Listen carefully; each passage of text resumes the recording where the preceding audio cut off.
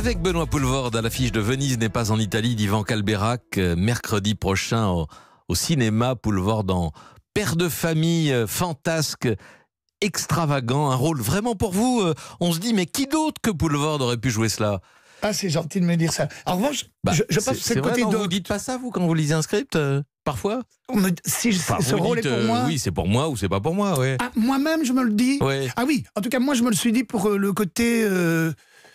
Bon, je ne suis pas quelqu'un d'introverti, donc j'aurais beaucoup de points communs avec Bernard dans le sens où je suis assez dogmatique, assez, je veux dire, autoritaire sur la place et le bruit que je fais, et donc je suis quelqu'un d'assez volubile.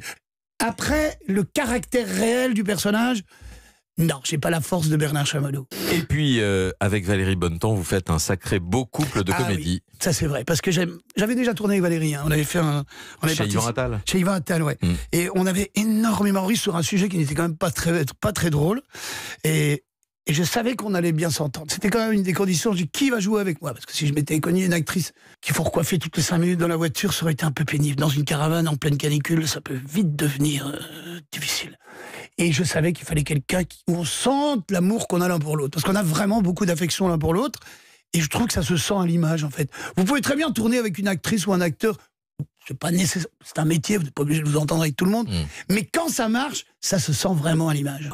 Point commun entre beaucoup de vos personnages, Benoît Poelvoorde, la tendresse. Vous n'avez pas joué beaucoup de salauds. Hein.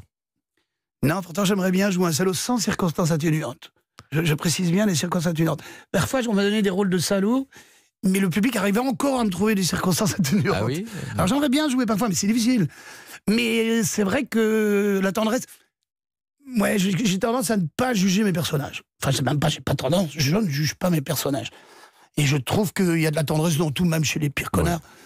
Mais j'aurais bien aimé jouer un jour un mec, vraiment, il n'y a rien. Il n'y a rien qui soit vraiment une ordure, quoi. Prenez De Funès, parce que De Funès, c'est un de mes maîtres. Parfois, il joue, mais c'est vraiment un infâme salaud, un infâme traître. Il n'y a rien à faire, vous terminez le film, vous l'aimez quand même.